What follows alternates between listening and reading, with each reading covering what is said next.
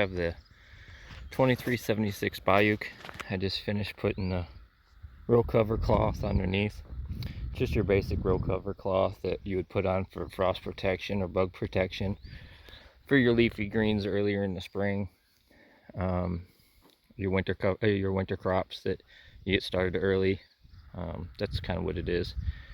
Now there will probably be some weed issues just because there's going to be a fair amount of light penetration, but mostly I use this as a barrier between the plant and the soil.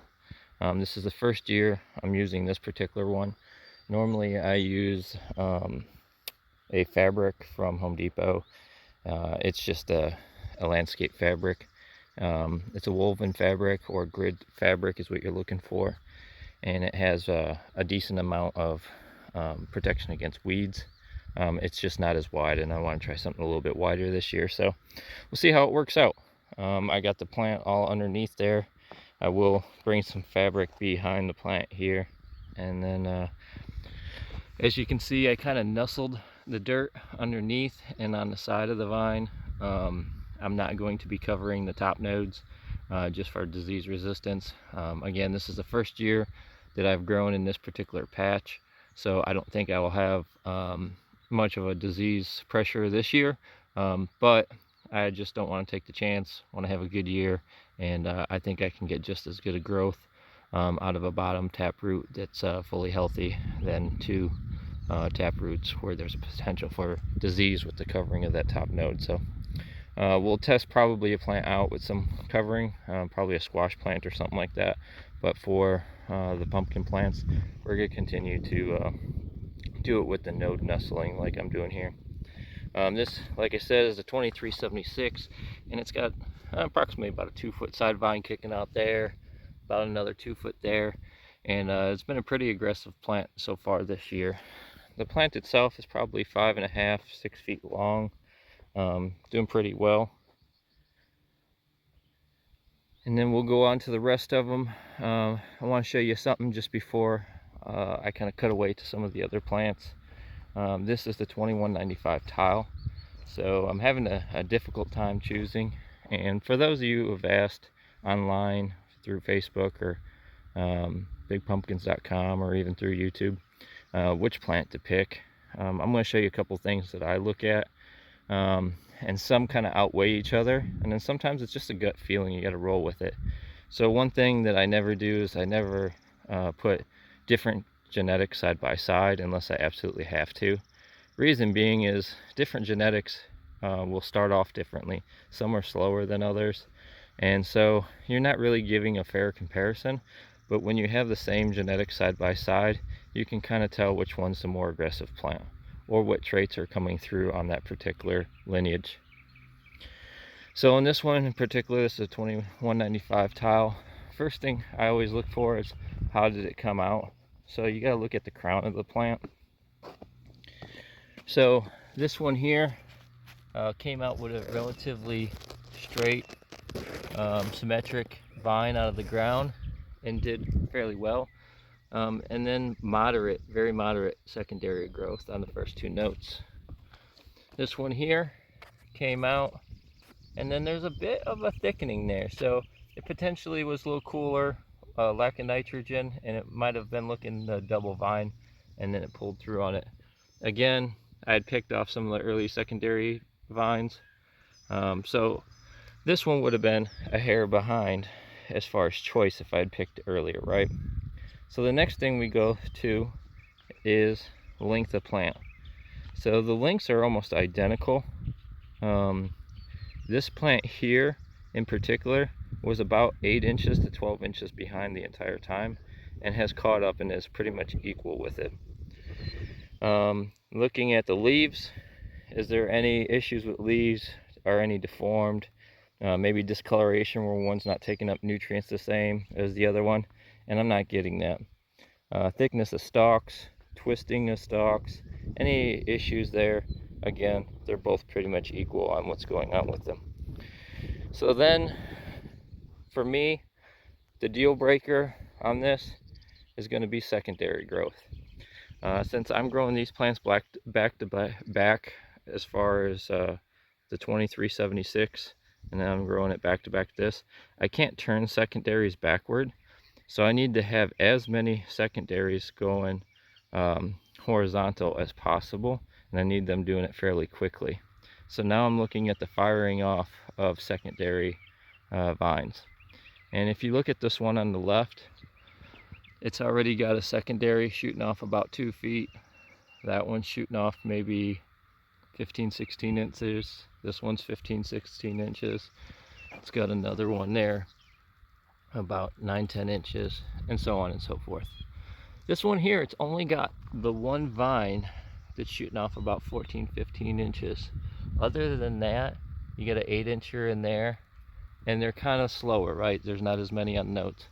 So for me, I can't wait on that. Even though it had a slightly more symmetric stump or crown,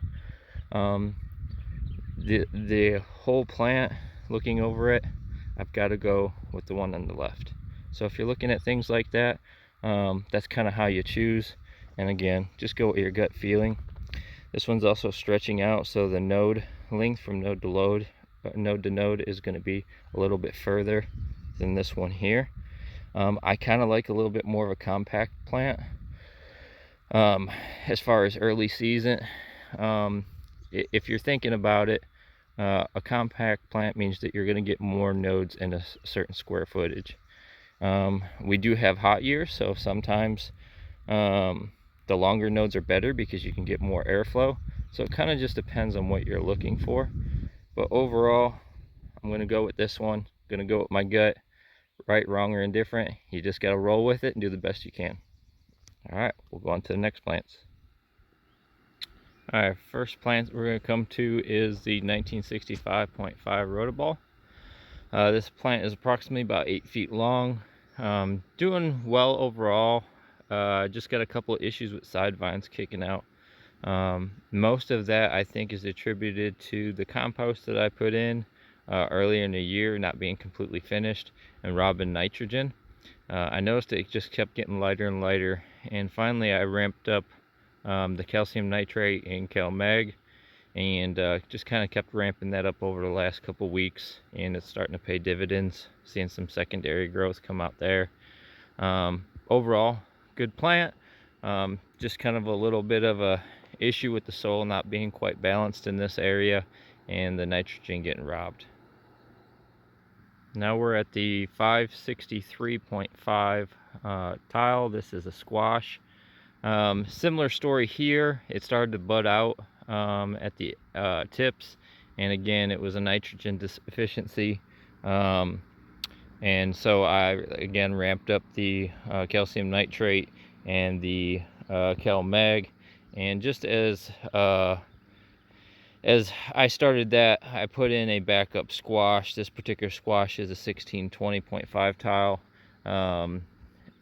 It was one that I had originally planned for the 150 square foot patch, and I had 2 of them going, so I decided the lesser of the 2 I would go ahead and put it in there just in case the calcium nitrate and the CalMag didn't pull through.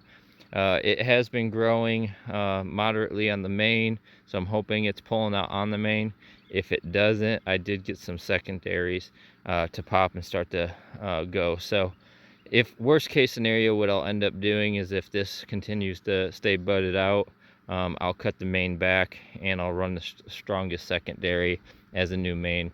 Not a huge deal with it being that close to the stump. I don't think I'll lose very much, maybe 7 days or so of growth, and then we'll be right back on track. Still think that I can do really well this early in the season, even with that setback. This plant here is the 2493 Wolf.